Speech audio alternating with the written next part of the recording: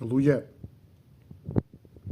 се избрукавме со младинското европско првенство до немајкаде. Значи, се направи, државата излезе пачавра.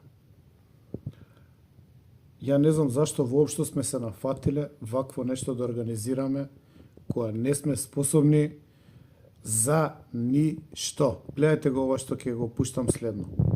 We have to sleep in the one bed, not single but two double, and with the coach. So girls have to sleep in the one bed. There are no toilets in the rooms, so they have to have the same shower. You know, we have a problem with water now because there's no water in the blocks. And only in the kitchen, but it's limited to bottles for one. What more? There's also problem with the heat in the rooms because there's no air conditioning. I think food is not good. It could be better. What's wrong with the food? I don't know. It don't taste so good. We don't like it. I don't know. And it's small portion.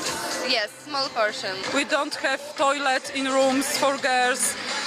About food, it's a little food for girls who plays 4-3 sets with hot weather. We inform every day about it. And what did they tell you? That this is treated plan and they can't change this. Видовте ли? Ова да не е хибриден напад против власт. Ова се случува кога сите државни функционери се зафатени со размислување како да се доберат до пари од тендери. Како да седат во угодна фотелја, како да патуваат во странство со прва класа и како да добијат дневници за тоа од народот.